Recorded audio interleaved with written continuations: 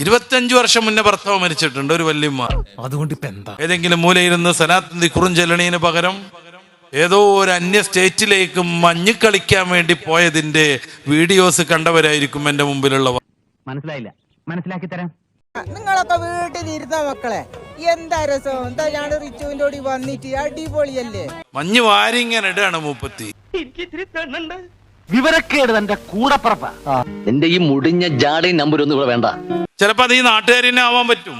എന്നെന്തിനാടാ ഇതിന്റെ ഇടയിൽ പിടിച്ചിടുന്നത്? എനിക്ക് വ്യക്തിപരമായി ആരോടും വിദ്വേഷമല്ല.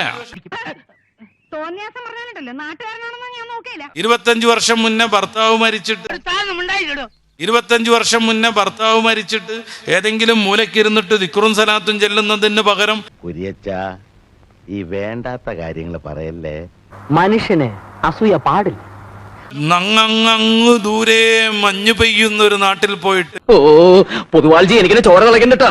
മഞ്ഞ് വാരിയിട്ട് ഫാത്തിമോ ആവാ ഖദീജോ ആവാ ഇതൊക്കെയാണ് ജീവിതം എന്നും പറഞ്ഞിട്ട്. അയ്യോ കഷ്ടമായി പോയി. നീയാണ് ഇത് ഇന്ത്യ, ഞാൻ ഒരു ഇന്ത്യക്കാരൻ, എനിക്ക് പിടിച്ചെടുത്തല്ലേ അവർക്ക് പോവേ.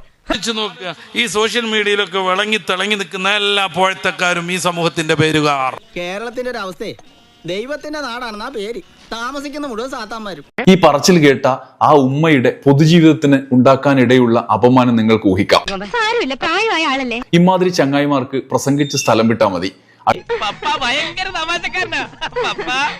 ബാക്കിയുള്ളവരുടെ സന്തോഷം കാണുമ്പോൾ കലിപ്പ് മൂക്കുന്ന ചില മനുഷ്യന്മാരുടെ കൂട്ടത്തിൽ ഒരാൾ. ഈ നിനക്കിഷ്ടമുള്ള ജീവിക്കാർമാനെ മറ്റുള്ളവർ അവർക്ക് ഇഷ്ടമുള്ള ജീവിക്കട്ടെ. അടുത്ത സ്ഥലത്തു പോയും ഈ കുനിഷ്ടും കുന്നായ്മയും വിളമ്പാം. അവർക്ക് പണം കിട്ടും. കാരണം ഇമാതിരി പ്രസംഗങ്ങൾ നടത്തിയാൽ പണം കിട്ടുന്ന സ്ഥലങ്ങളുണ്ടല്ലോ. പിന്നെ ആളുകളുടെ മുമ്പിൽ വെച്ച മനുഷ്യന്റെ വായിൽ കേൾപ്പിച്ചപ്പോ തൃപ്തിയായില്ലടാ.